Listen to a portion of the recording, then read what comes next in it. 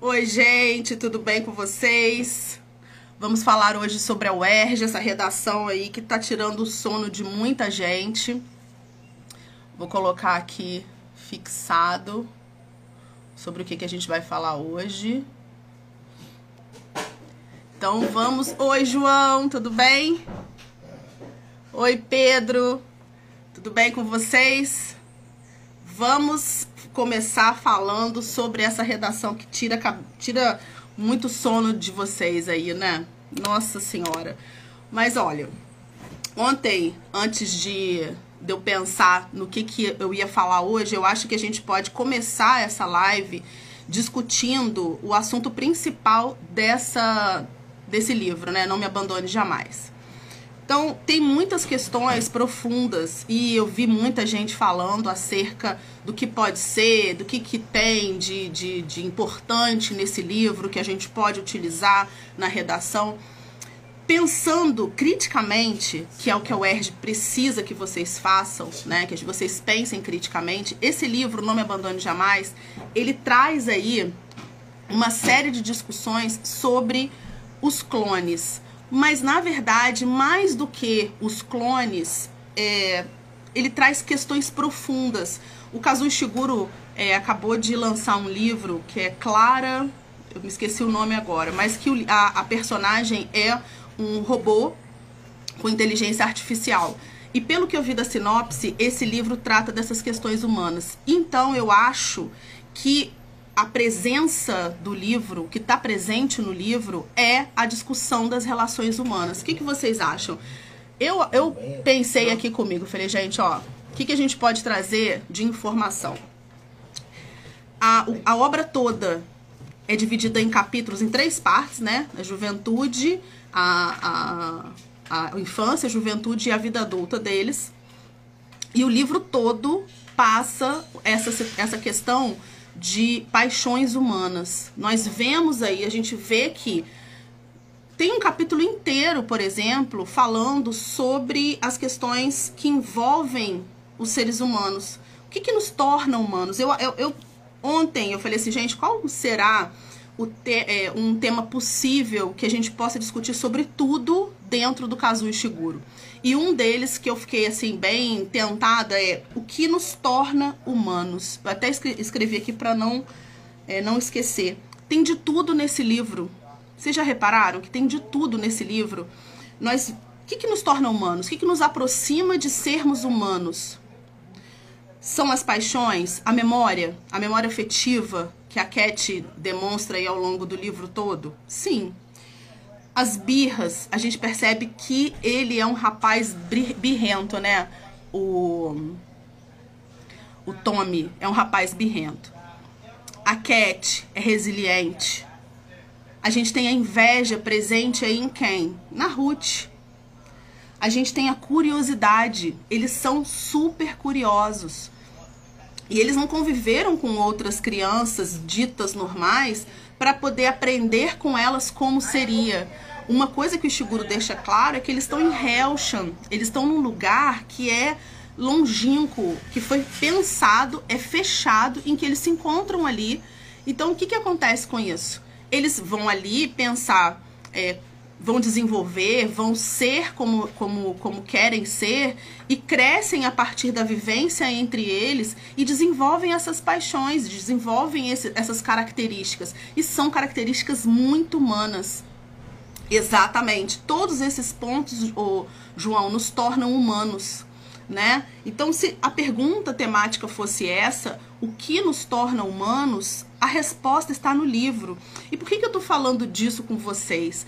Porque pensem, a UERJ não é o típico da UERJ pensar numa redação que seja de origem prática, de ordem prática, né? A gente sai do Enem, a gente acabou de sair do Enem, e o Enem discute uma questão social, e essa questão social exige que vocês tenham ali uma solução, uma proposta de intervenção, porque são problemas de cidadania, em que envolvem questões cidadãs.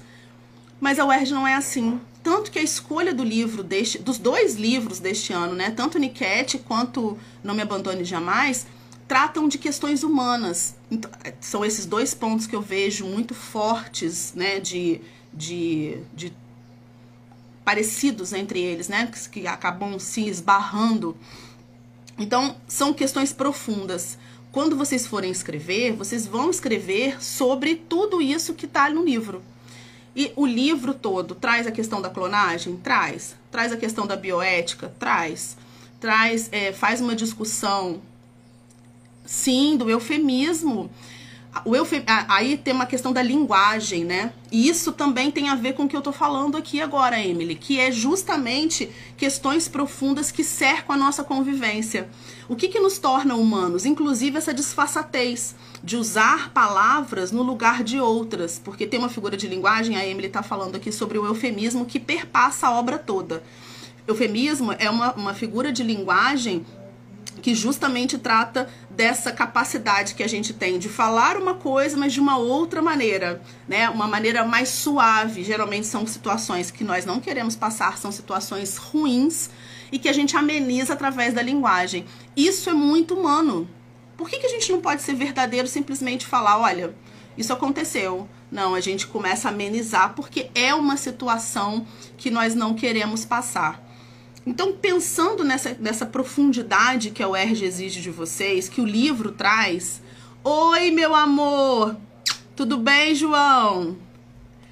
Saudades também, lindeza! Que bom que você veio me ver, dar um beijinho na tia.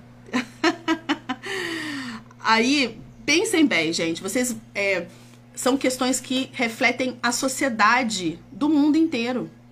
A gente partiu aí de livros que falam de comportamento, de se você pode ou não vingar um crime, cometer um crime para vingar outro. Pensem nos temas passados da UERJ. Foram temas universais.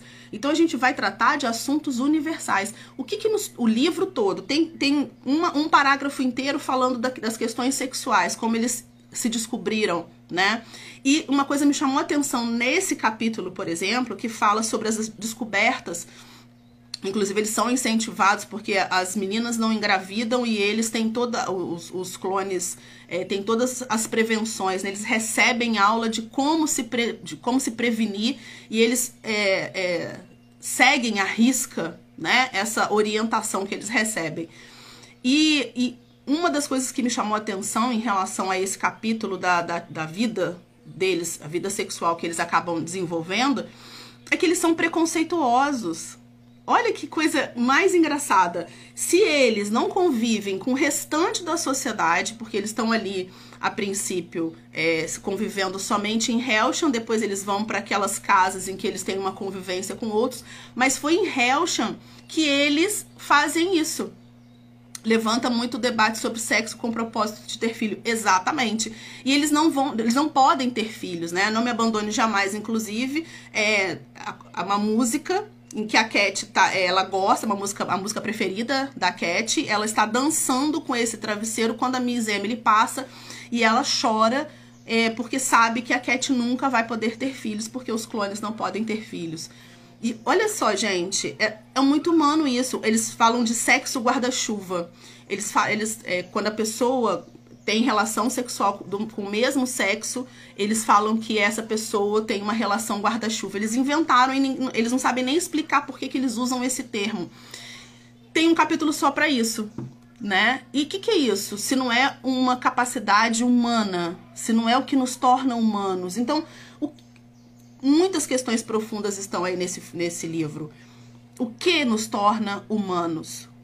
A memória afetiva? Eu anotei aqui para não esquecer. A inveja, a curiosidade, o amor, a capacidade de produzir arte. E o que nos desumaniza? A gente tem aí esse livro trazendo todos esses sentimentos que são tipicamente humanos. Então, apesar deles terem sido desumanizados por parte da sociedade, porque eles precisam atender aos anseios dessa sociedade, né, que os utiliza como objetos, e aí fica a dica para vocês escreverem na redação, se for para esse lado de que nos torna humanos, o que os torna humanos e o que nos torna humanos são os nossos sentimentos. Mas existem grupos que nos desumanizam, que querem, apesar deles apresentarem esses sentimentos todos, desumanizam essas criaturas para que possam usar essas criaturas, os órgãos dessas criaturas, né? Então pensem, a gente tem aí a reificação, o conceito de reificação do... Isso, a questão dos possíveis, eles buscam entender na vida aquilo que foi dito como única possibilidade para eles, exatamente. Eles não... É uma outra questão que me intriga também nesse livro, que me deixou bem intrigada. Eles não lutam contra... Eles foram tão objetificados, e aí entra esse conceito que eu tô falando, esse conceito marxista da objetificação.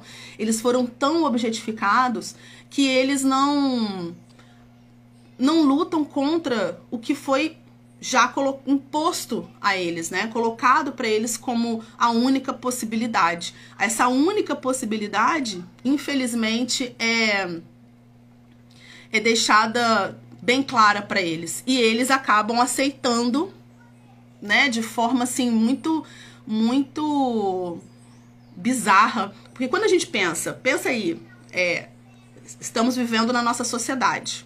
A nossa sociedade faz com que a gente siga determinados modelos. Gente, a gente vive numa vida louca. A gente acorda, a gente tá sempre atrasado, né? Tem que chegar no trabalho, então tem que chegar no cursinho, tem que chegar na escola. Chega da escola, você tem que pensar na sua casa, nas coisas que você precisa fazer para o dia seguinte. Não nos dão tempo de pensar. A mesma coisa acontecia com eles. Não se enganem, o livro, vocês não podem escrever uma resenha, não é pedido a vocês uma resenha. Vocês estão escrevendo com o livro, não sobre o livro. Isso tem que ficar muito claro. Vocês estão escrevendo com o livro serve de base. O que esse livro tem de discussão que vai servir de discussão pra gente, que acontece na nossa vida. E aí, na hora de exemplificar, de aprofundar essa argumentação que vocês vão usar o livro. Não precisa nada além disso. É óbvio que questões como essa marxista que eu falei, sobre a reificação do ser humano, a objetificação, a coisificação, né? Transformar pessoas em coisas, em objetos. Isso faz parte da nossa sociedade. E a gente percebe que é feito isso no livro, né? E essa modificação de coisificação só vai ser percebida, talvez, se alguém for ler as memórias da Cat.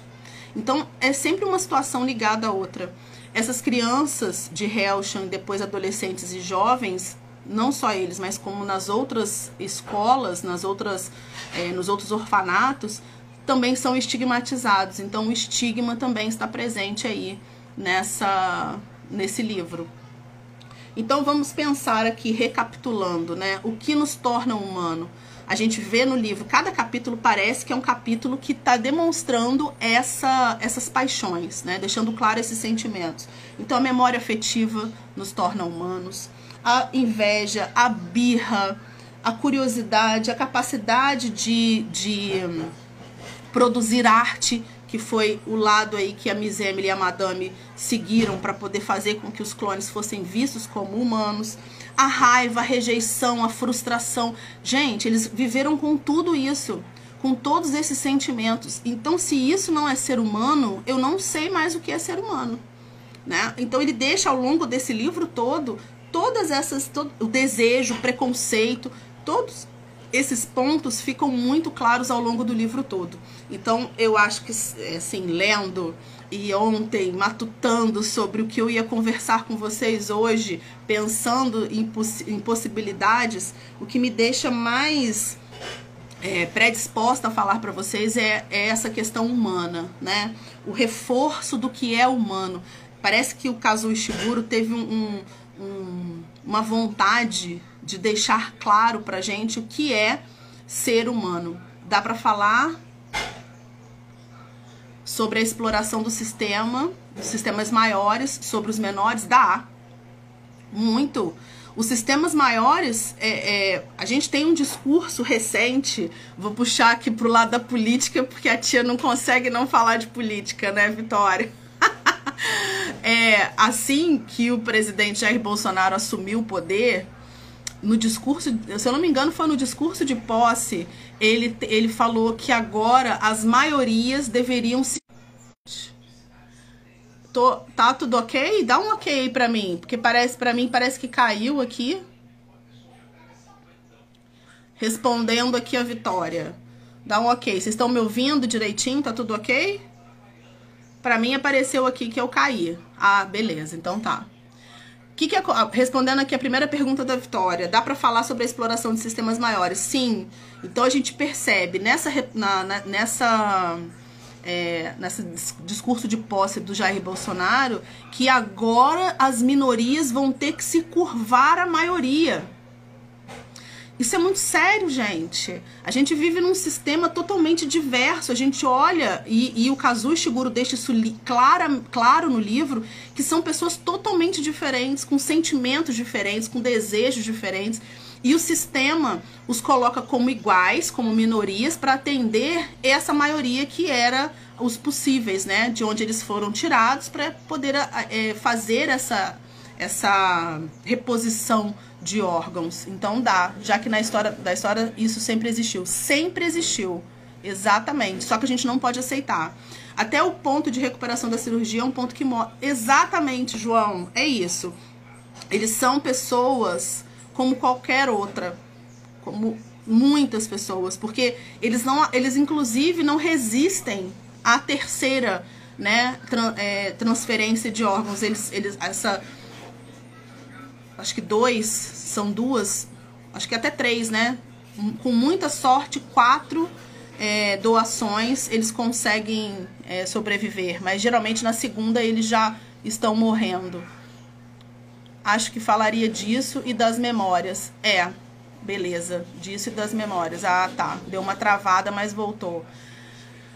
É a diferença do discurso exatamente. Totalmente humanista, gente, pensando na diversidade. O Brasil foi criado em cima de luta de sangue e diversidade. O mundo foi criado em cima de luta de sangue e diversidade. E a gente vê que tem muito isso. E o que a UERJ espera de vocês? Que vocês tenham essa reflexão. E isso é bem diferente daquela questão travada que a UERJ, que o Enem acaba fazendo com vocês.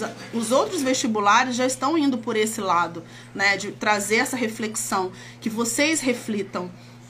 Então, a gente tem que entender como funciona, qual é o mecanismo, o que acontece na sociedade que faz com que nós sejamos assim. São perguntas que vocês precisam se fazer.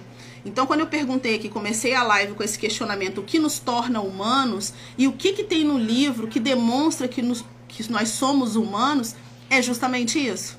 Nós temos aqui memória afetiva, briga, raiva, inveja. Ai, um ganhou um estojo, ela quer aquele estojo. Tem coisa mais humana do que isso, do que você desejar o que o outro tem?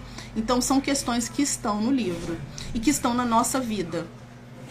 O fato de você usar o outro, a revelia, isso é objetificação. Então, pensem, aqui fora da ficção, na vida real, quantas pessoas são objetificadas? Muitas pessoas são objetificadas. A gente vê na história que houve objetificação em relação ao povo negro, por exemplo, né? As pessoas foram escravizadas, tornadas objetos, e eram inclusive nos jornais da época, eles escreviam esses negros como peças. Ah, eu vou comprar 5 peças, eu vou comprar 10 peças. Peça é o que a gente usa para objeto, e eram pessoas ali sendo negociadas. Então a objetificação existe há muito tempo.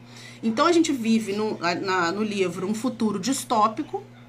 Na verdade é um passado, né? Se passa na década de 90 na Inglaterra, em que uma Inglaterra que utiliza esses clones da maneira que eles acham melhor, né? Infelizmente é isso. Então, os conceitos que eu falei de reificação, que é um conceito marxista, objetificação, e aí tem uma coisa muito legal que vocês podem usar também, traçar um paralelo, pensando nessa questão de criação, né? Eles foram criados em laboratório para atender outros seres humanos. Lembra muito uma outra obra literária que é Frankenstein, mas lembra muito também como nós fomos criados. Pensem aí, né? A gente não é feito matriz, nós não somos cópia e semelhança a quem nos criou. Nós não temos um criador e fomos feitos semelhantes ao nosso criador. Então eu acho que isso também é uma coisa que perpassa o livro do Kazuo Ishiguro. E aí, gente, cuidado que o livro também questiona até regras, né? Não de maneira direta, mas de uma forma indireta, essas regras são muito ali, ó, combatidas. Quando o Tommy vai e chama a Cat para ir até a casa de Madame e fala assim, não, gente, pelo amor de Deus, dizem que a gente pode ter um tempo a mais se a gente provar que nós somos apaixonados, que nós estamos apaixonados, verdadeiramente apaixonados. E eles vão até lá. Não existia essa regra, né? Não existia essa possibilidade. Foi uma fake news, e aí você vê que até no livro tem notícia falsa. Foi algo que foi amplamente divulgado, falado durante um orfanato e outro, mas que não era verdadeiro, e eles descobrem da pior maneira possível. E aí o que acontece? O Tommy se revolta, mas a revolta dele não dura muito. Não é muito parecido com a gente vive se revoltando com as coisas que estão acontecendo ao nosso redor. Mas aí no dia seguinte a gente acorda, escova os dentes e vai trabalhar como se nada tivesse acontecido. Então essa reflexão que a UERJ espera que vocês façam. Nós fomos formatados, eles foram formatados e nós fomos formatados a cumprir as tarefas sem questionamento. A gente não questiona, né? A gente pode até, em um certo grau, se debater, ficar triste, revoltado, vai para o Twitter, vai para as redes sociais de uma maneira geral, desabafa ali, mas quando a gente fecha essa rede social, a gente volta a viver a nossa vida. Nós fomos treinados a isso. Então é bem bacana discutir pensar nisso, né? Essa passividade, isso. Essa passividade, Vitória, é uma cultura, é cultural. Essa passividade é cultural, foi construída no livro e é construída na nossa vida, no dia a dia. Então pensem no que as pessoas precisam, né? O que elas precisam para viver.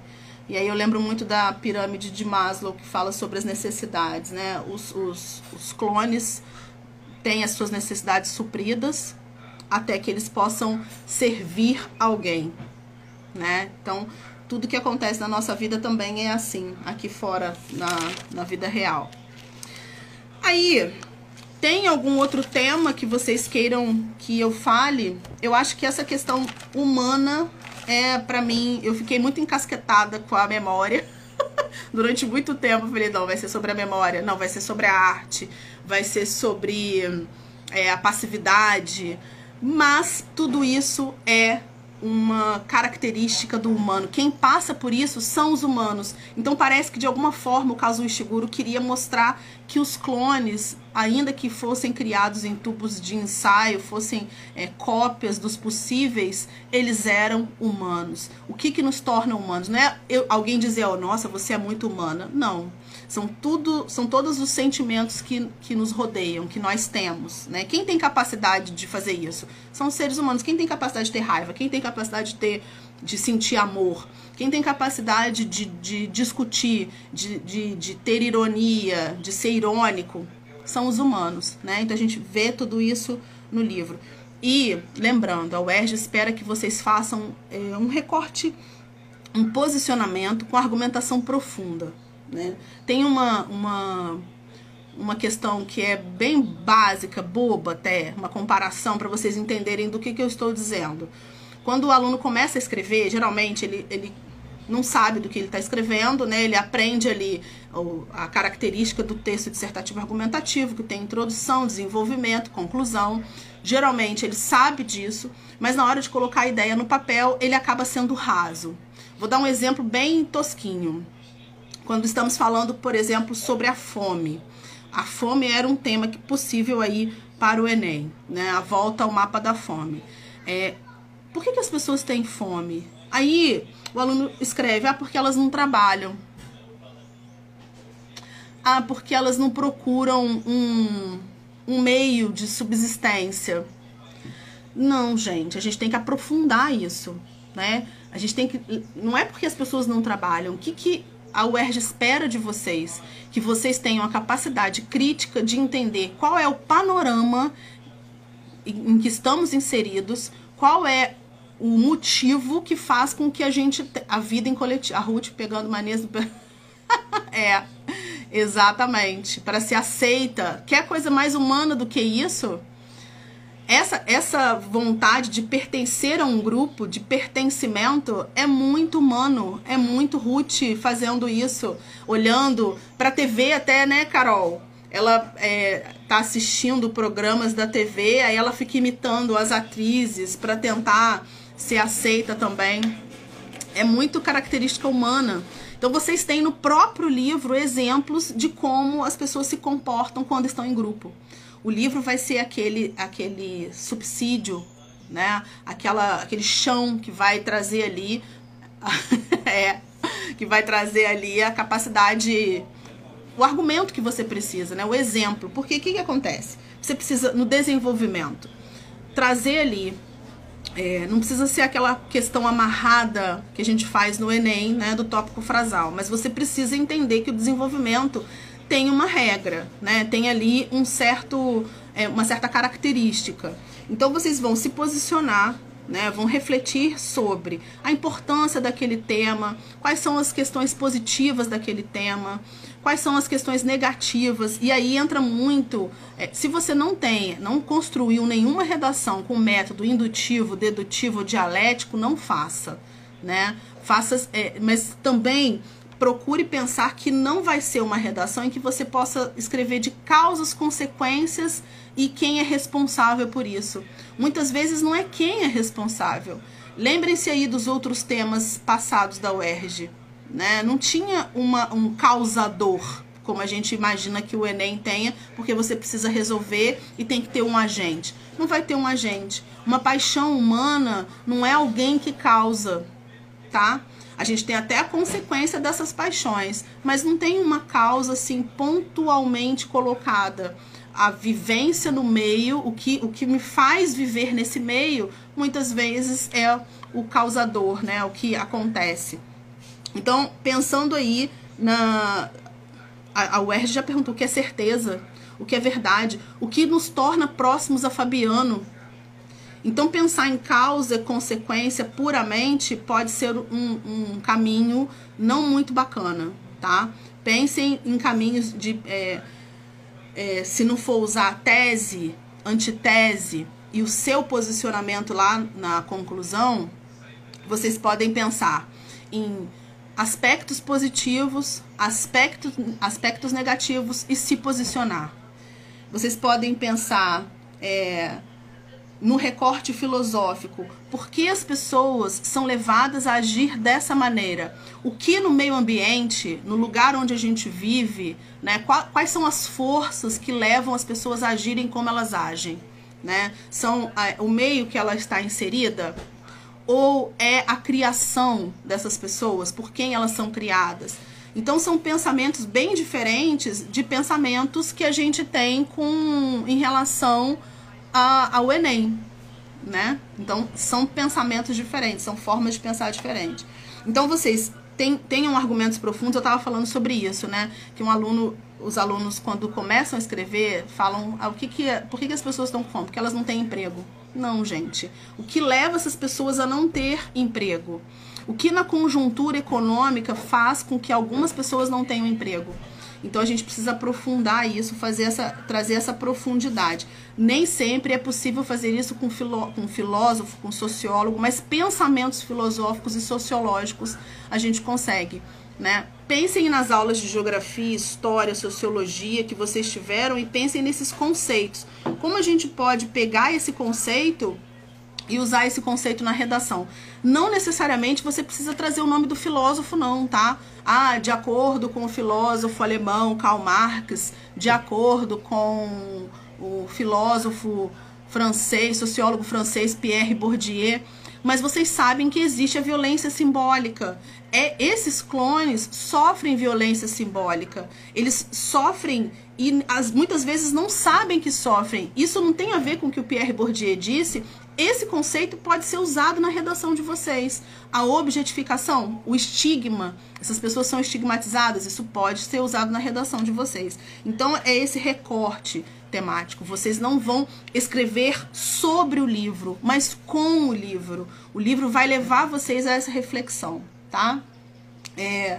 E aí, falando sobre a UERJ ainda, sobre o que a UERJ vai exigir de vocês, inclusive as perguntas são perguntas muitas vezes que podem ter como resposta sim, não e talvez, né? Nem sempre é somente um lado, existem vários lados. A manutenção, a mentira para a manutenção do poder, por exemplo, é válida? Foi uma pergunta que a UERJ fez. Pensem aí. Moralmente, não. Eu pensaria assim, nossa, moralmente eu não usaria mentira para me manter no poder. Mas pense pro lado de quem tá no poder. Eles fazem isso a todo momento, né? Eu, Juliana, não faria isso, eu acho antiético isso. E ainda que seja criminalizado quando alguém descobre, né, existem legislações já que versam sobre isso, eu não usaria porque eu acho eticamente incorreto, é antiético. Mas existe muita gente que faz, então a UERJ quer essa reflexão de vocês, que olha, moralmente falando, não é ético, mas existem pessoas que para se manter no poder, inclusive nos Estados Unidos, no Brasil, na China, então não depende nem de regime que a gente esteja vivendo. Existe no dito regime democrático, antidemocrático, em todo tipo de regime a gente percebe isso, né? É o que mantém essas pessoas ali, exatamente. É o que mantém eles ali, o Bolsonaro se consegue ganhar espaço na mentira. Na mentira. Hoje, Carol, eu fazendo um recorte aqui, eu tava navegando pelas redes sociais, aí eu vi uma postagem do Leandro Carnal. Alguém falou pra ele que não gostava mais dele, porque saiu uma fake news sobre ele, que ele não ia mais trabalhar na CNN. A CNN demitiu umas pessoas e disseram que ele não ia mais trabalhar na CNN, e ele estava desmentindo isso lá na página dele. Aí uma pessoa falou assim, nossa, eu admirava muito você, mas você escolheu um lado. E aí eu considerava você um Olavo de Carvalho. Aí eu tive que parar para poder ver qual a resposta que o Karnal ia dar nessa pessoa. Aí, obviamente, como jornalista que sou, além de professora, fui fazer o quê? Visitar a página da pessoa que escreveu que ele era como um guru para ele, um Olavo de Carvalho. Fui lá olhar. Menina, a primeira postagem do seguidor lá do Karnal era uma fake news de que o Lula estava do lado do irmão do Adélio Bispo. Isso, gente, foi divulgado aí em toda uma busca simples, você já vê que é fake news. Mas aí já foi disseminado, estava no Facebook dessa pessoa, as pessoas que seguem viram essa postagem. Então isso é muito grave. Aí, voltando aqui para o que a UERJ espera que vocês façam essa ligação, que vocês tenham capacidade de refletir sobre o mundo que os cerca, que esse mundo é igual em todos os lugares. Eles não escolheram uma obra do Kazuo Ishiguro, né? Uma obra que é de um escritor japonês, naturalizado inglês, que escreve sobre questões humanas. Não escolheram isso à toa, né? Então aqui já tem um caráter universal. Então não vai ser discutido. E aí foi uma pergunta que me fizeram ontem, eu vou responder aqui hoje. Ô professora, eu tenho muita mania, quando eu escrevia para o Enem, de começar com Constituição Federal. Eu posso começar com a Constituição Federal? Não, não pode. Eu não aconselho, não é que não pode, né? Eu sou libertária, eu acho que vocês podem o que vocês quiserem, mas, gente, começar o texto com Constituição Federal para o UERJ, para mim, parece um erro. Porque eu tô falando justamente desse caráter universal que o livro traz. O livro traz um caráter, demonstra aqui questões universais. O que nos torna humanos? Eu sou humana aqui, lá nos Estados Unidos tem um humano, lá na China tem um humano, no Japão tem um humano, na Inglaterra tem outros seres humanos e eles têm os mesmos sentimentos que eu tenho aqui. São moldados de acordo com a cultura de cada um? Sim, mas ainda assim são capazes de sentir amor, desejo, raiva, ter memórias afetivas. Isso nos une nessa capacidade de sermos humanos. Então essa reflexão é preciso que vocês tenham, né? O que nos torna próximos, algumas pessoas parecidas com Fabiano. Foi uma pergunta que a UERJ fez. E aí? O que nos torna humanos? Né? Poderia ser muito bem a pergunta sobre esse livro, Não Me Abandone Jamais. E esse Não Me Abandone Jamais é justamente porque, mesmo eu tendo erros, mesmo eu sendo uma pessoa que erra, eu sou um ser humano. Não me deixe jamais, não me deixe para trás. Pense em mim, né, como um ser humano. Eu sou, e a gente tem uma sociedade, vive numa sociedade maniqueísta. O que é isso? Nós fomos criados para acreditar no bem e no mal. Né? Nós vivemos entre o bem e o mal. Isso você, não sei se vocês já pararam para pensar. Né? A gente idolatra muito pessoas, né? Ídolos. A gente tem aí na música, na arte, revolução industrial como argumento no caso da tecnologia científica. Sim, provocou mudanças, né? E essas mudanças são vistas até hoje. Se for por esse lado, pode usar sim, João. Pode sim. Aí você leve para esse lado da mudança, que causou essa revolução, que gerou essa revolução, né? Que gerou essa modificação na forma da gente agir. Aí pode. Então, voltando aqui, a gente estava falando sobre essas paixões que a gente sente. Isso, pode, tranquilo. Quando a gente fala sobre... até me perdi aqui sobre a questão que eu estava falando do que nos torna humanos. Deixa eu tentar voltar aqui. Do que nos torna próximos de Fabiano. O que é que nos torna... Por que a gente segue, muitas vezes, a gente pensando que nós não somos nada, né? Então, olha que questão reflexiva que a UERJ trouxe pra gente. Pensem aí no Miquete, que é o livro que vai ser pedido para as questões de língua portuguesa. A Rami, muitas vezes, se questiona. Ela vive se questionando, que é um ponto em comum que os livros têm, né? Que os dois livros têm. A Rami vive numa sociedade, num país africano. E o livro do Kazuo Ishiguro se passa onde? Na Inglaterra da década de 90. Então, da mesma forma, os dois livros trazem aí os sentimentos. O que a gente sente ao ser trocado? O que a gente sente ao ser exposto, né, abandonado? A Rami se sente abandonada, se sente enganada. Então, a gente tem isso. Então, são discussões universais.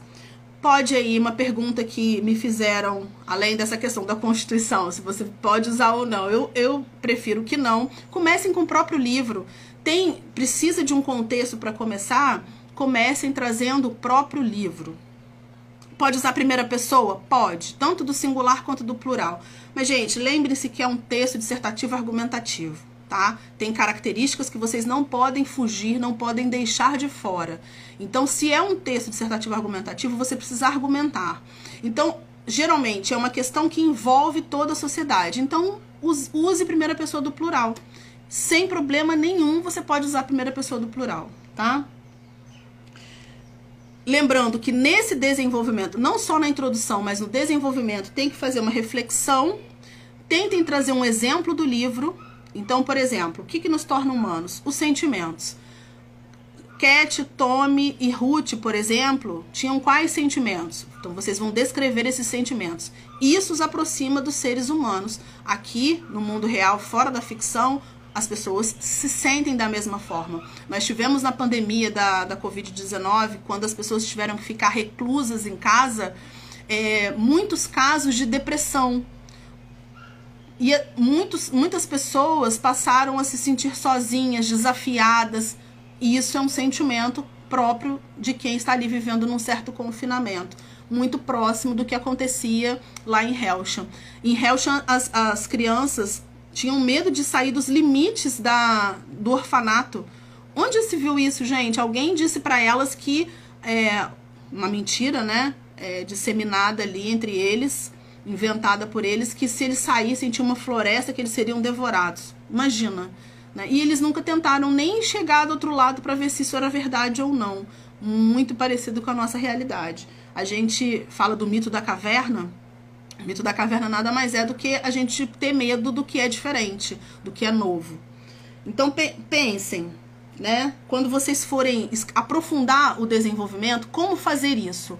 Como fazer esse aprofundamento no desenvolvimento? Coloquem conectivos que façam, que levem vocês a introduzir um exemplo ou uma explicação. Então, usem isto é, ou seja, a exemplo disso, por exemplo, quando forem fazer uma ilustração, para ilustrar o que está sendo dito, para ilustrar isso, estado de dominação.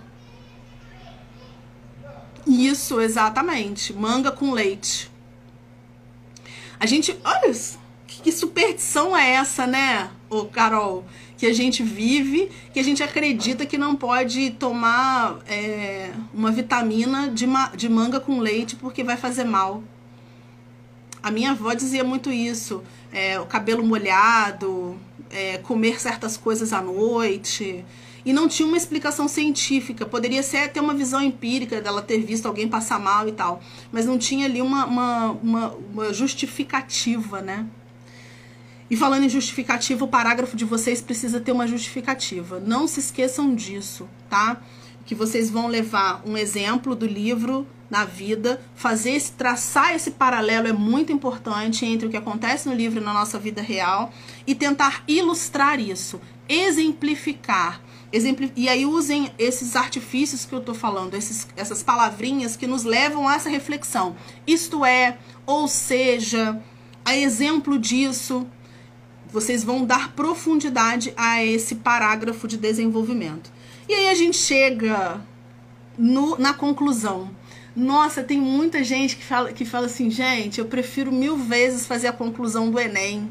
Porque a conclusão do Enem já tem um roteiro, né? É um agente, como esse agente vai agir, por meio de quê, para quê, de forma detalhada e obedecendo ali a minha argumentação no D1 e no D2. Como que eu faço a conclusão para o UERJ se eu não tenho esse roteiro a ser seguido? Então, vamos lá. O que vocês vão fazer? Primeiro, a gente vai pensar, tá, criticamente a respeito de para que serve a conclusão. A introdução, o próprio nome já diz, introduz um acento. Eu amei como fazer da UERJ. É muito mais simples, João. A introdução, você vai introduzir o assunto, né? Vão fazer uma pergunta, vocês já vão pensar na sua resposta, que é o posicionamento de vocês, vai ser justamente esse, o que a gente chama de tese. Por que você vai defender aquilo? Por que aquilo acontece? Por que tem desafios? Por que é importante discutir? Fez a introdução. No desenvolvimento, você vai aprofundar aquilo que você apresentou na introdução, né? Então, você vai dizer que, olha, esse assunto tem que ser discutido, é importante por conta disso. É um desafio por conta disso. Gera tal consequência. Então, você dividiu o seu parágrafo ali entre causas e consequências, ou entre relevâncias, ou entre desafios, ou entre relevâncias. Esse assunto precisa ser discutido pela humanidade, porque ele é extremamente relevante. É relevante por quê? Por que a gente precisa discutir a memória? Por que a cultura é importante? Por que a arte é importante? Pensem, aí a gente respondeu isso. Ok, eu respondi, aí eu chego na conclusão. Eu sugiro que vocês terminem a conclusão fazendo da seguinte forma. Não se esqueçam do conectivo de finalização, portanto. Então, respondam a frase temática. Comecem a conclusão respondendo a frase temática. Então, eu comecei falando aqui sobre o que nos torna humanos. Portanto, o que nos torna humanos são os sentimentos. Eu começo, a primeira linha da minha conclusão vai ser essa. Portanto, eu já falei de todos os sentimentos ao longo da minha redação. Eu vou terminar voltando para a pergunta da frase temática, respondendo. Portanto, é importante discutir esse assunto, porque a humanidade precisa deixar de objetificar as pessoas, de tratar as pessoas como objetos. A arte precisa ser vista de duas formas, portanto, a arte tem o poder de salvar, e ela precisa ser vista de diversas formas por diversas pessoas. Ponto. Eu vou finalizar, vou começar minha frase de finalização com o conectivo que vai indicar essa finalização e reafirmando a pergunta feita, tá? Não se esqueçam de reafirmar a pergunta feita. No máximo 2 a 3 períodos. E aí terminem. E é bem bacana vocês terminarem também com uma... Podem terminar com uma pergunta retórica. É arriscado isso, eu não quero fazer isso não, professora, que pode ser que eu não consiga fazer uma pergunta retórica. Então retomem o livro, para que na ficção de Kazuo Ishiguro, para que esse assunto que perpassa a ficção de Kazuo Ishiguro fique somente na ficção, permaneça somente na ficção, seja vivido somente por seres ficcionais, né, por personagens, tá? No ambiente ficcional. Eu acho que é uma dica bem bacana para vocês terminarem o texto. Deixa eu me ver o que eu preciso falar mais com vocês. Lembrando que vocês podem sustentar a opinião com obras socioculturais, com situações que acontecem no cotidiano, exemplificando, explicando, tá? Não vai ser possível vocês usarem outras estratégias argumentativas como dados, por exemplo. Pode até ser que você consiga inserir. Se fizer parte daquela... Não se distanciem da discussão que está sendo pedida no livro. A UERJ odeia essa artificialidade de muitos argumentos. Sabe aqueles argumentos coringa? Sabe, quando você vê, você passa aí pela internet, tem gente falando assim, olha, argumento coringa serve para qualquer tipo de tema. Mentira, tá? Para a UERJ isso não funciona, isso não é bem-vindo, não é bem visto. Você precisa usar, pensem na escada semântica. Vocês não podem se esquecer dessa escada. O que se aproxima mais do tema que você está discutindo? Então, qual é o argumento que você vai usar que está mais próximo do que você está discutindo? Eu acredito que o que nos torna mais humanos são os sentimentos. Além dos sentimentos, a capacidade de produzir arte. Num desenvolvimento, os sentimentos. No outro, a capacidade de desenvolver arte. Aí o João me levantou aqui uma questão. Professor, eles morrem, né? Depois que eles fazem... Que é coisa mais humana do que isso, do que fazer a doação, né? Passar por esse processo de transplante e morrer. Que é coisa mais humana do que isso, então. Então a capacidade, o que nos torna humanos é justamente o fato de você ter sentimentos. Em um parágrafo você vai falar dos sentimentos e num outro parágrafo você vai trazer a morte. Infelizmente, eles não driblam a morte, nós aqui fora também ainda não conseguimos driblar a morte. É o que nos une, né, no final. Todos vamos morrer. Obrigada, Lid. Obrigada. Beijinho. Então a gente vai perceber que a gente é capaz de montar dois parágrafos de desenvolvimento dessa forma, tá? Trazendo aí essa capacidade que a gente tem de traçar esse paralelo entre um e outro. Então, por isso que eu acho que a explicação, a comparação são estratégias argumentativas mais viáveis para... Exatamente. Se eles não... É isso, João. Que é algo mais humano do que você poder morrer. Se eles não fossem humanos, eles não tinham por que morrer. Eles poderiam viver e se regenerar e, de novo, né, fazer novas doações. E não é isso que o livro traz. Eu gosto muito de pensar nessa parte reflexiva do livro do Kazuo Ishiguro. Ele traz justamente essa reflexão sobre o que nos faz humanos, como nos aproximamos dos humanos. E até ela usa a arte, né? A arte pode salvar, foi um dos temas que a gente fez para quem foi meu aluno aí. A arte tem o poder de salvar. E aí, gente, pensando na arte, que é muito próximo da humanidade, o humano é o único capaz de produzir arte, nós podemos ser produtores Ainda mais com a tecnologia por trás. Gente, antes da live terminar, eu vou contar um negócio pra vocês aqui, com uma reportagem que eu li, que eu fiquei perplexa. A arte, a gente pode produzir arte, isso nos torna humanos. E a gente pode ser espectador dessa arte, que também nos torna humanos, né? Nós somos produtores de arte, nós somos receptores dessa arte.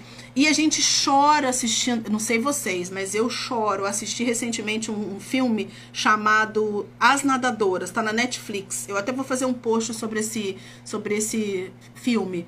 É um filme que conta uma história real de duas irmãs que são nadadoras, moram na Síria, são refugiadas sírias que enfrentam o mar aí, essa busca por uma forma de fugir dessa guerra que elas estão vivendo lá na Síria. E passam por todas essas agruras, né, que os refugiados passam. O pai dela era um treinador das duas, e ele fica com a família, com o restante da família, a mãe e a outra irmã, e as duas vão atravessar aí o mar, tentando chegar na Grécia. Chegar na Europa, de onde chegasse seria melhor para elas do que ficar lá na Síria. Gente, eu chorei muito com esse filme no final. É isso, a arte, eu não sou produtora de arte, mas eu sou consumidora de arte. Na pandemia a gente viu como a arte salvou muita gente. Eu falei da pandemia aqui agora há pouco. A arte salvou muita gente. A arte salvou durante um bom tempo os clones lá, os alunos, né, na obra do Ishiguro. Temos que pensar como fazer, por onde começar. Logo, isso comprova exatamente, João, que somos todos humanos devido ao fato de nós podermos pensar, né? Termos essa capacidade de pensar. Então, pensem aí na construção do texto, se o tema for relativo à arte. Num parágrafo, nós somos produtores de arte, isso nos torna humanos, e nós somos espectadores dessa arte, somos capazes de nos emocionar. A arte é capaz de fazer isso conosco, nos tira, né? Não dá, a realidade muitas vezes não dá conta, a ficção dá conta. Não tem... E, Carol, que coisa pior do que alguém falar assim... eu nem vou comentar, mas tem uma pessoa que eu conheço que fala assim... as pessoas tinham que fazer arte por amor. É a mesma coisa de achar que professor faz tudo por amor. A gente faz, é óbvio que a gente faz por amor. É óbvio que um médico tem que tratar o paciente com respeito, com carinho, assim como qualquer outro profissional. No entanto, acham que o artista tem que entregar tudo de graça. Se não fosse a arte, eu não sei o que seria da maioria das pessoas durante a pandemia, né? A gente precisa valorizar a arte e não tem que achar que tá pagando muito para artista, não, porque é artista. A gente precisa valorizar todas as profissões, são todas importantes, não uma em detrimento da outra. Então, quando a realidade não supre, a arte faz esse papel, né? Ela traz aqui pra gente essa capacidade de refletir. Muitas vezes a gente não enxerga no dia a dia. Quem nunca passou por isso? Você passa por um monte de coisas, aí você assiste a um filme. Você senta ali para assistir uma série ou um filme, ou pega um livro. Aquele livro mexe com você. Eu li um livro da Conceição Evaristo chamado Ponciá Vicêncio. Eu sou muito apaixonada pela Conceição Evaristo e por esse livro. Nossa, como aquilo... Eu terminei o livro, eu tava deitada na rede, mas eu fiquei assim, sabe, num estado de reflexão tão grande. Eu falei, nossa, muita gente passou por isso. A história conta como uma família inteira passou a vida numa fazenda e eles não tinham nem sobrenome. Eles não tiveram direito a sobrenome. Era o sobrenome do fazendeiro, do dono da fazenda. Todo mundo se chamava Vicêncio, porque o dono da fazenda, o sobrenome dele era Vicêncio. O nome, se eu não me engano, era o nome dele. Olha isso. Aí eu fiquei refletindo, falei, nossa, tiraram essas pessoas do lugar delas, trouxeram essas pessoas à força, né? Colocaram na fazenda para trabalhar como pessoas escravizadas, como escravos, e tiraram até o direito ao nome. Isso é muito profundo. Aí a arte traz isso, tá? Então o Kazuo Ishiguro mostra isso também, que a arte acaba salvando os alunos de Hellshan durante um tempo. Não foi capaz de salvar efetivamente, mas tornou a vida deles mais leve, né? Eles faziam lá suas trocas, admiravam o trabalho do outro, o poema do outro, a pintura do outro. Levou o Tomy à frustração porque ele não conseguia desenhar, mas no final ele acaba virando um desenhista fantástico, né? Ele tornou-se um um desenhista fantástico. Então, é bem bacana isso. Já falei, então, do desenvolvimento, da introdução, desenvolvimento, da conclusão, das informações que vocês podem colocar no texto, né? Então, exemplificação, explicação, citação, alusão histórica, são estratégias argumentativas bem legais para vocês traçarem aí o paralelo entre a ficção e a realidade, né? A referência completa, tá? Quem é meu aluno sabe que eu falo isso. Vai colocar uma referência no texto, coloca uma referência completa. O escritor Kazuo Ishiguro, coloca tudinho bonitinho, tá? Não deixa de acrescentar. Vai colocar Pierre Bourdieu, o sociólogo francês Pierre Bourdieu. Então, não coloca referência capenga, não, tá? Por favor. Põe lá bonitinho. O escritor nipo-britânico, lembrando que o nipo aí vai ter hífen, né? Então, o escritor nipo-britânico Kazuo Ishiguro, isso deixa o seu texto mais elegante. A gente vai escrever com elegância, tá? Deixa eu ver aqui mais. Posicione-se, não deixem de posicionar, porque a gente não quer ouvir a voz do outro só. Então é diferente do Enem. O que serve para o Enem, que você traz ali um repertório sociocultural, coloca uma citação, isso é a voz do outro que confirma a sua voz. Na UERJ, a valorização é pela sua voz. O que você acha a respeito disso, tá? Você pode até concordar com a pessoa lá que você trouxe, com a referência que você trouxe, mas ela tem que se aplicar ao tema, tá? Que você está discutindo. Não se esqueça disso. A gente põe lá na obra literária... Não Me Abandone Jamais, de Kazuo Ishiguro. As personagens vivem em uma escola, cercadas de cuidados, e aí, beleza, fez essa ilustração com o livro, o que isso tem a ver com a nossa realidade? É preciso fazer isso, tá? Esse posicionamento. Deixa eu ver aqui se eu me esqueci de alguma coisa. Perguntas que vocês podem fazer durante o poder da arte nos torna humanos também. Exatamente, a arte nos torna humanos de diversas maneiras, né? Pensem nas perguntas, tá? Vou fazer aqui perguntas para vocês gravarem na hora de fazer a prova. Como esse assunto se manifesta na obra e na realidade? Por que isso ocorre? Como isso ocorre? Como isso se reflete em diversos âmbitos, no âmbito pessoal, no âmbito profissional, na convivência com as pessoas. Lembrem-se de todos, o livro do Uma Janela em Copacabana, como a nossa convicção pode afetar ali a vida pública e a privada. Então, olha só, o UERJ fez com que você refletisse em dois momentos aí. Então façam isso. Como esse problema se manifesta, como esse assunto se manifesta, como essa situação se manifesta, por que ela se manifesta dessa forma, como isso reflete no profissional, no pessoal, quem deveria refletir sobre isso, por que a sociedade não reflete sobre essa situação, sobre essa questão, tá? Então são perguntas que vocês têm que se fazer para que escrevam um texto bem... com bastante profundidade e trazendo ali a voz de vocês. Deixa eu ver, acho que é isso. Não se esqueçam de ter paz, tranquilidade. Vocês estão preparados, vocês sabem sobre o que escrever. Quem estudou aí comigo, a gente falou bastante sobre o livro. Falamos da estrutura do parágrafo padrão, né? Introdução, que tem que ter a frase temática e a resposta a essa frase temática e a tese, o desenvolvimento com os argumentos, quais são os desafios, quais são os avanços, quais são os porquês que levam aquela situação a acontecer.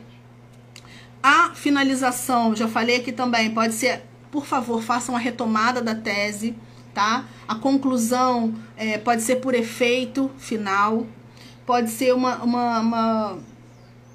o que acontecerá com a humanidade se mantivermos essa situação? Você pode terminar com essa pergunta retórica, que é uma pergunta reflexiva, né? Deve-se mudar essa questão, essa situação, deve ser debatida com profundidade pela sociedade para que essa questão não continue acontecendo, essa situação não se perpetue. Então é bem bacana, tá? Então pode terminar com citação, que alguns professores chamam aí de finalização por chave de ouro, tá? Trazendo aí um filósofo, como diz o filósofo X, se tiver a ver com o que você está discutindo, hein? Pelo amor de Deus. É isso. Isso tudo. A gente falou bastante coisa. Língua portuguesa, tá?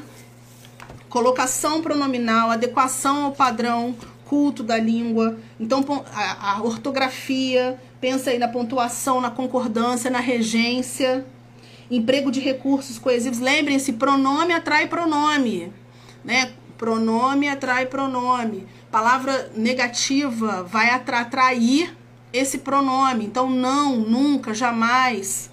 Não se aplica. Isso não se aplica. Olha só, o não é uma palavra negativa, vai atrair esse pronome.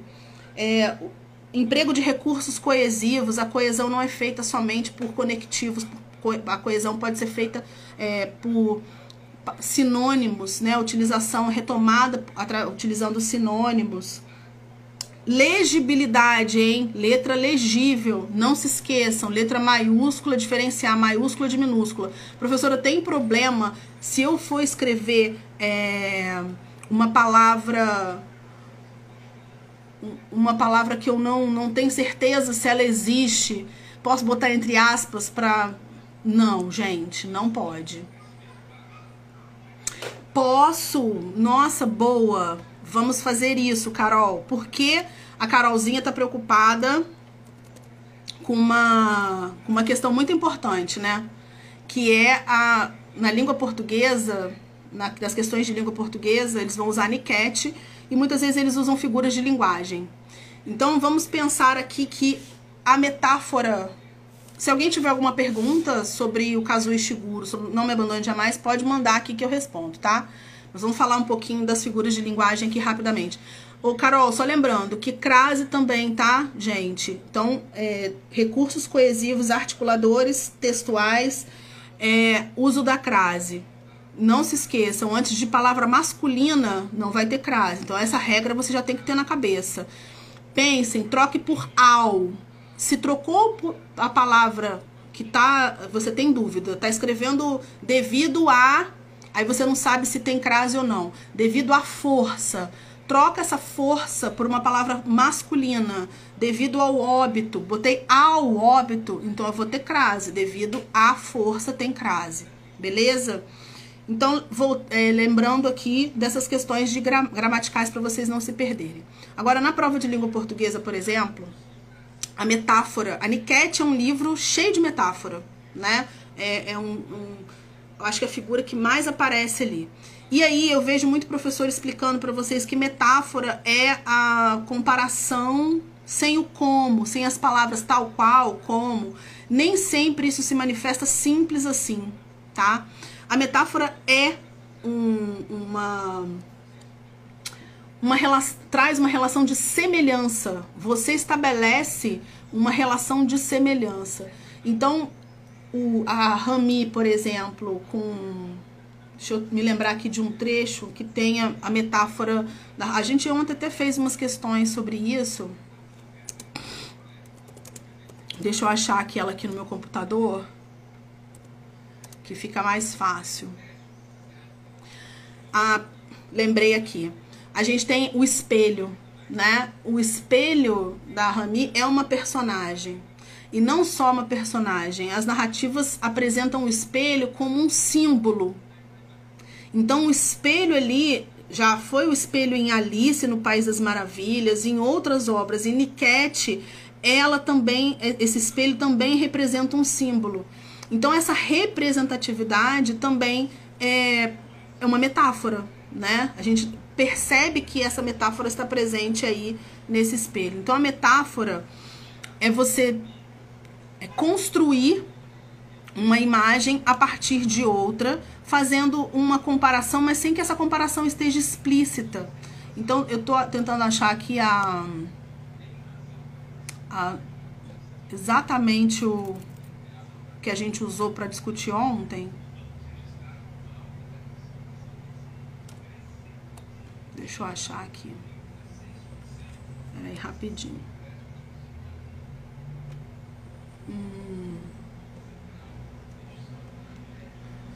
Aqui. Metáfora do espelho. E aí a gente pegou aqui essa questão. Ó, metáfora.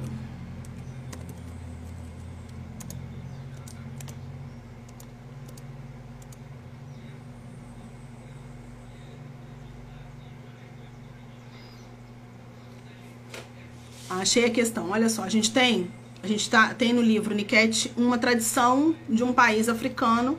E a gente tem muito como pensar nessa poligamia, né, como uma metáfora ao que a Rami está vivendo, a opressão que o patriarcado exerce sobre a Rami. Então a gente precisa pensar nessa comparação que é feita em relação a isso.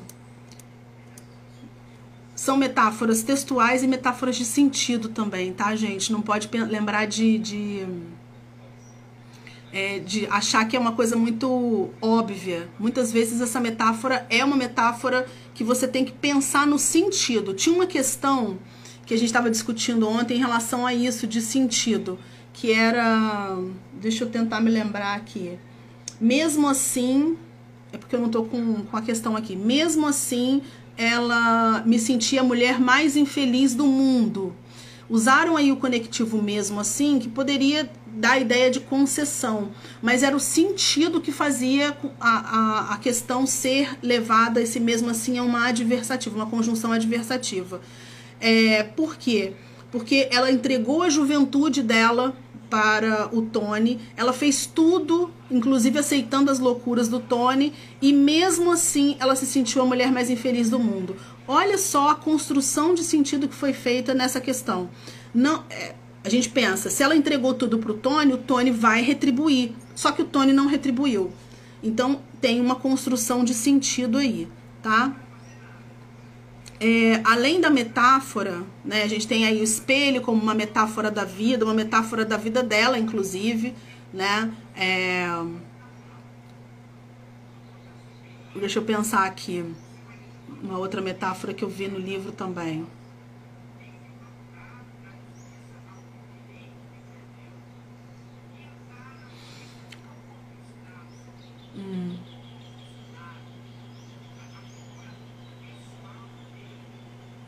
Procurando a questão para ver se eu consigo achar a questão que era realmente de metáfora.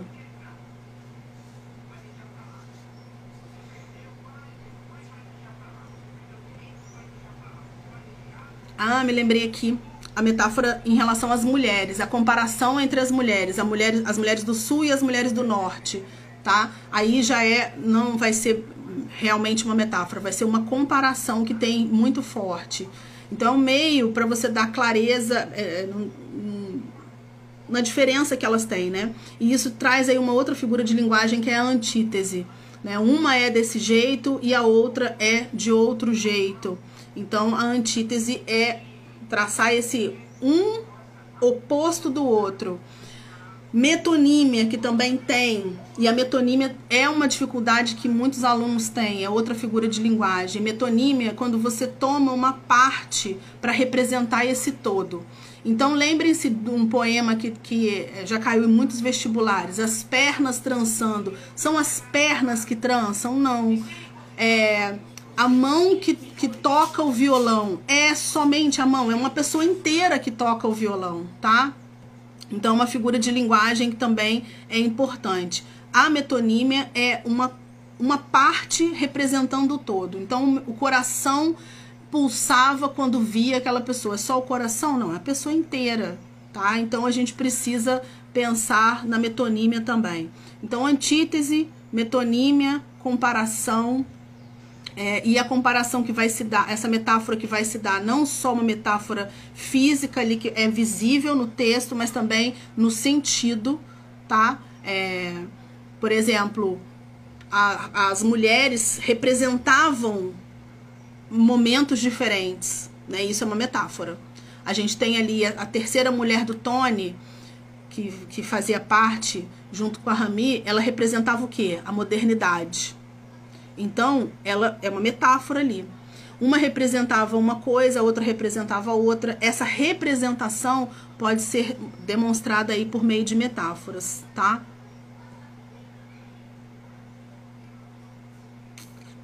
As mulheres do norte e do sul, né, como eu falei.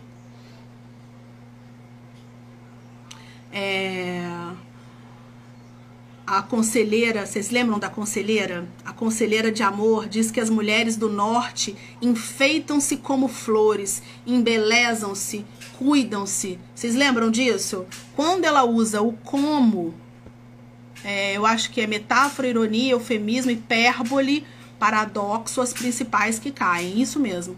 Ironia é você usar ali uma crítica de uma forma bem ácida, né? Eufemismo, na obra do Kazuo Ishiguro nós temos muitos. Alunos são doadores, eles não morrem, eles concluem. A hipérbole é o exagero. Metonímia e paradoxo são ideias contrárias. Então a gente tem a antítese também, que são questões contrárias. A mulher do norte, a mulher do sul. E a ideia contrária é o paradoxo. Deixa eu ver aqui. Machado de Assis, isso aí. Personificação em relação à metonímia. A gente tem a mania, às vezes, não é mania, né? Infelizmente, a gente confunde a comparação e a metáfora, a personificação e a metonímia.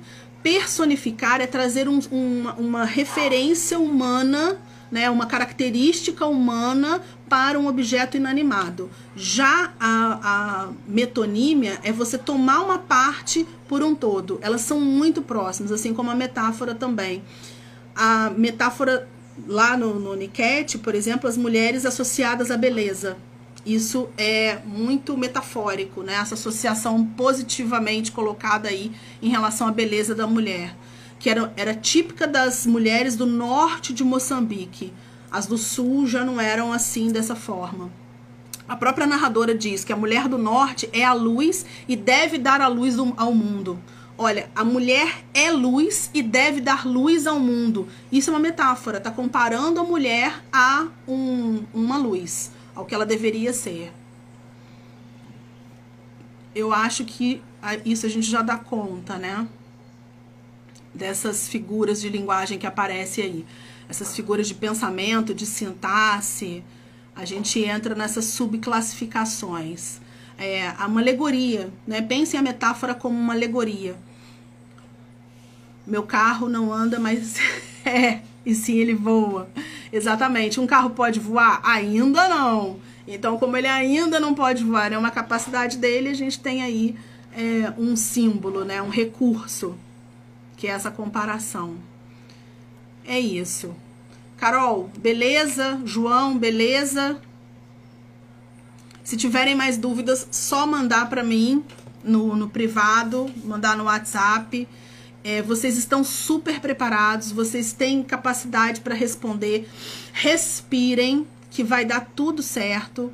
Respirem fundo. Não tem, se você achar que aquela questão está muito fácil, ficar em dúvida, retorne ao comando. Não deixem de olhar o comando, que muitas vezes o comando, muitas vezes é o comando que traz ali a luz que você precisa para responder a questão certa. Vocês vão ficar entre duas, tá? Então lembrem-se disso, que vocês vão se dar muito bem. Tenho certeza. E me contem depois, tá? Me contem como que foi. Me contem aí a experiência de fazer. Beleza? Então, deem uma olhadinha, mas descansem. Lembrem-se que amanhã o que vocês precisam estar é descansados. A gente precisa estar descansado. Eu vou salvar essa live, vou deixar ela disponível para quem quiser assistir mais tarde, porque não conseguiu assistir agora, tá? Um beijo para vocês. Obrigada por terem ficado aqui até agora. Tchau, tchau.